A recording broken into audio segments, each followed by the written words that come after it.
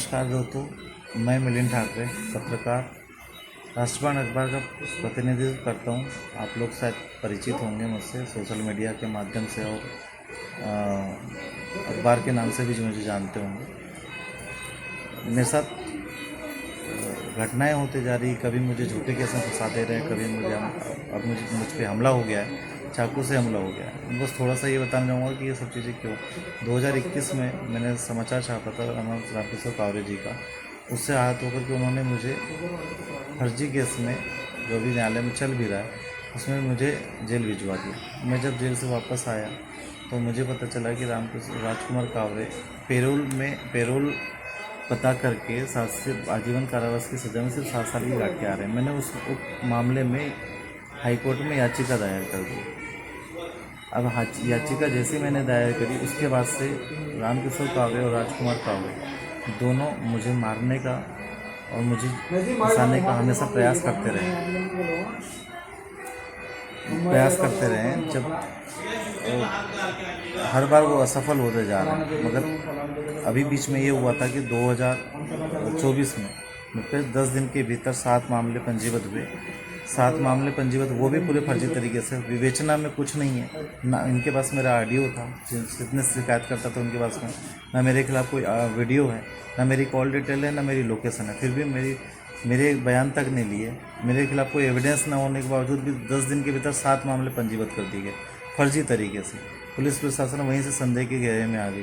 तो पुलिस प्रशासन ये खास करके, या फिर अपने कोतवाली थाना के टीआई प्रकाश वास्कले जी क्या दबाव में काम करते हैं, या किसी के नौकरी, शासन की तनख्वाह शासन से लेकर किसी और की नौकरी करते हैं, तो किसी के भी दबाव में आकर के इस तरीके की चीज़ें कर दी। जब मैं 7 मामले पंजीबद्ध में जब मैं जेल में था, तब भी रामकिशोर कावरे के आदमियों ने जाकर के संपादक को बोला कि अगर वो समझौता नहीं करेगा और हाईकोर्ट से केस नहीं लेगा वापस, तब तक वो परेशान होते रहेगा, उसके साथ कुछ ना कुछ घटनाएं घटेगी। 1 साल पहले भी मुझे मारने की साजिश रची थी, मगर वो विफल हो गए वो। अब बीच में मुझे कई बार मेरे दोस्तों को भी धमकियाँ दी गई है कि उसके साथ हम ऐसा कर देंगे, उसके साथ हम ऐसा कर देंगे, कभी हम मारने की धमकी, कभी फंसाने की धमकी। 7 केस फर्जी लगा के मुझे फंसाई दिए, फिर भी मैं नहीं झुका। तो फिर अभी मेरे पे कल प्राणघातक हमला हो गया। प्राणघातक हमला हुआ। मेरे पे जो 7 शिकायत करता है में से एक है निशा श्रीवास्तव, उसने भी मेरे को समझौते के लिए दबाव बनाया, पर मैं समझौता नहीं किया। दूसरा था समीर सचदेव, उसने भी समझौते के लिए प्रलोभन दिए। कई लोगों से मेरे पे खबर भिजवाया, कई लोगों से नेताओं के पास गया, मगर मैं समझौते के लिए आज भी तैयार नहीं हुआ। तो इन लोगों पे भी मेरे को संदेह है कि ये लोग भी मेरे पे, जो कि मैं इनके शिकायत करता ये है, मगर मैं समझौता नहीं कर रहा हूँ। तो ये लोग रामकिशोर के संरक्षण में काम करते हैं। इनसे रामकिशोर कावरे के और राजकुमार कावरे से मिले हुए हैं।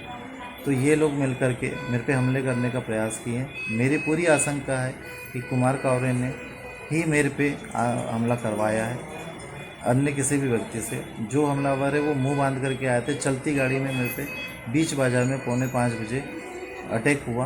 पहले चाकू जांग में मारे, दूसरा पेट में मारे थे, पर गिर गया मैं, तो इसलिए पेट में चाकू लगने से बच गई। उक्त मामले में भी वर्तमान टीआई हैं अभी प्रकाश वास्कले कोतवाली के, वो अभी भी ये बयान दे रहे हैं कि मेरा विवाद हुआ था, लड़ाई हुई थी उन लोगों से, और मेरे को मामूली चोट आई है।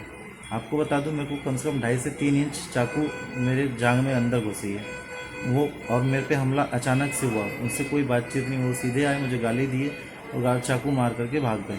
और वो हमला में और विवाद होने में टीआई साहब को अंतर समझ में नहीं आ रहा। मेरे पे जो हमला हुआ वो प्राणघातक हमला था, उसको वो सिर्फ मामूली चोट बता रहे हैं, जबकि मुझे 4 टाँके लगे हैं। मेरी स्थिति ये है कि मैं अभी ढंग से न बैठ पा रहा हूँ, न खड़ा हो पा रहा हूँ, मैं चक्कर आ रहे हैं मुझे, और मैं अभी, मेरा कभी ज़िंदगी में बीपी और ये सब नहीं बढ़ा, मगर ये सब चीज़ें स्थिति भयानक हो गई मेरी। तो मेरा निवेदन है कि जब आप पत्रकार जो जनता के लिए लड़ता है, सच्चाई लिखता है, वो सुरक्षित नहीं है। दिन दहाड़े जब उस पर हमला हो सकता है, तो आम जनता क्या सुरक्षित रहेगी। पुलिस प्रशासन सबकी कार्यप्रणाली पूरे संदेह के घेरे में आ रही है कि मेरे पे 7 मामले पहले फर्जी तरीके से बना दिए गए। अब मेरे पे जब हमला हो रहा है तो भी क्या अपराधियों को बचाने के लिए ऐसे बयान दे रहे हैं प्रकाश वास्कले जी कि मेरे पे हमला नहीं, मेरे को मामूली चोट आई है। मामूली चोट दिख रही है उन्हें, मेरे पे जो हमला हुआ है वो चाकू जो इतना 2.5-3 इंच अंदर घुसा है, वो मामूली चोट नज़र आ रहे हैं। तो मेरा आपसे निवेदन है, और पुलिस प्रशासन से भी निवेदन है कि कृपया मामले को गंभीरता से लें। मैंने आप लोगों से, पुलिस प्रशासन से आवेदन देकर के सुरक्षा की मांग की है। हाईकोर्ट के निर्देश भी है, ना आपने हाईकोर्ट का निर्देश का पालन कर रहे हैं, ना मेरी सुरक्षा की मांग मैंने जो की उसमें मुझे सुरक्षा प्रदान की गई, और उसका नतीजा है कि आज मुझ पर जानलेवा हमला हो गया। भविष्य में मेरे और मेरे परिवार पे जब दिन दहाड़े हमला हो सकता है, तो मेरे और मेरे परिवार पे घर में घुस करके भी हत्या की जा सकती है। फिर क्या कौन जिम्मेदारी लेगा? पुलिस प्रशासन तब भी हाथ पे हाथ धरे बैठे रहेगा। पुलिस प्रशासन ने अभी तक मुझे सुरक्षा नहीं दी। अगर सुरक्षा देती तो मुझ पर अब तक हमला नहीं होता। तो मेरा आपसे अनुरोध है, कृपया मुझे सुरक्षा प्रदान करें, और जनता से भी अनुरोध है कि निष्पक्ष होकर के सही चीज़ का साथ दें। गलत कार्यप्रणाली में जिन लोगों ने हमला किया है और उन हमलावरों के पीछे जिन लोगों ने षड्यंत्र किया है, मुझे पूरी आशंका है कि उस हमले के पीछे षड्यंत्रकर्ता में कुमार कावरे, रामकिशोर कावरे, मिसेस श्रीवास्तव, समीर सचदेव और एक मुँह बोला इनका भाई है कुमार कावरे का विनोद शर्मा। इन लोगों पे मेरे को पूरा शक है। इनमें से ही किसी ने मेरे पे किया। मेरे को तो कुमार कावरे पे यकीन है बल्कि कि हमला उन्होंने ही करवाया। आप सभी का धन्यवाद। बस मैं यही मांग करता हूँ कि मुझे न्याय मिले। धन्यवाद। आज जिला पवार क्षत्रिय संगठन बालाघाट के पदाधिकारीगण